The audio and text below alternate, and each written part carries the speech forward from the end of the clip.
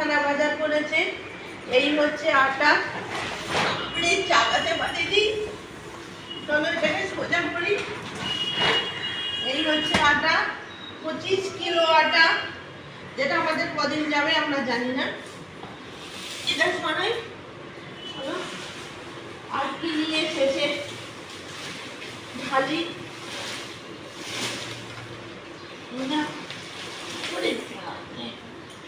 ডাল ফেটে গেছে। এই হচ্ছে কাঁচা ছোলা, এটা মনে হয় 2 কিলো হয়নি হয়তো। এই হচ্ছে কাবলি ছোলা। এই হচ্ছে তড়কা কড়াই, আর এই হচ্ছে ঘুগনি কড়াই, মানে মটর কড়াই। হলো 4 রকম দেখালাম। 2 3 4 5 6 ছটা হচ্ছে হলুদ গুঁড়ো, 2 প্যাকেট হচ্ছে লঙ্কা গুঁড়ো, আর মুসুরটা ফেটে গেছে। এই হচ্ছে মুসুর ডাল, প্রায় 3 কিলোর মতন আছে।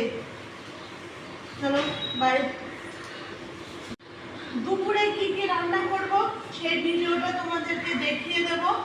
অনেকদিন যেহেতু দেখাইনি, শরীরও ভালো ছিল না, মন মেজাজও খারাপ ছিল, সেই জন্য অনেকদিন ভিডিও দেওয়া হয়নি।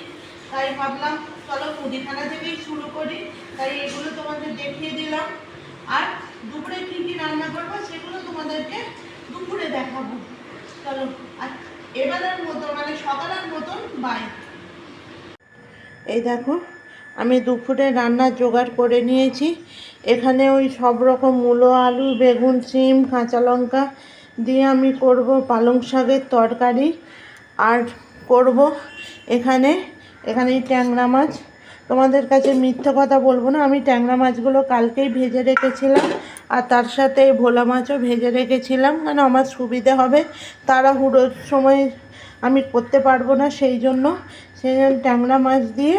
আর এখানে আলু, ক্যাপসিকাম, মূলো, বেগুন সব দিয়ে আমি এই ট্যাংরা মাছের ওই গামাখা সবজির মতন করে নেবো, যাতে ভাত দিয়ে খেতেও সুবিধে হয়।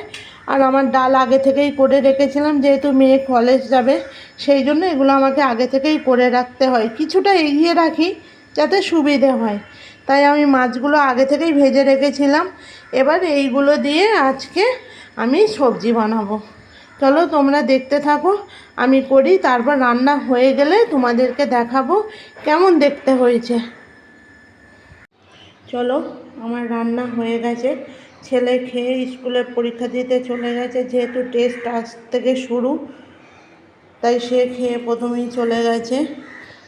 এইখানে ডাল, এই হচ্ছে পালং শাকের তরকারি, এই হচ্ছে আলু ভাজা, ভেন্ডি সিদ্ধ, এই হচ্ছে 1 পিস ভোলা মাছ ছিল, একটা খেয়ে গেছে ছেলে, মাথা মুড়োটা খেয়ে গেছে, আর এই লেজা।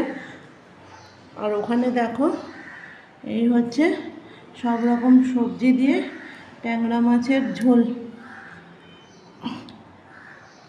এই দেখো হচ্ছে ট্যাংরা মাছের ওই মাখা চাকা গামাখা বানিয়েছি। চলো, এই হচ্ছে আমাদের আজকে লাঞ্চ থালি। দেখো,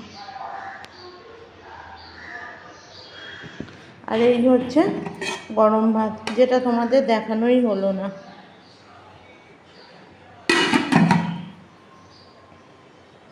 চলো তোমরা দেখো আজকে আমাদের লাঞ্চ থালি। যদি তোমাদের পছন্দ হয় তাহলে একটা লাইক, কমেন্ট, শেয়ার করে দিও।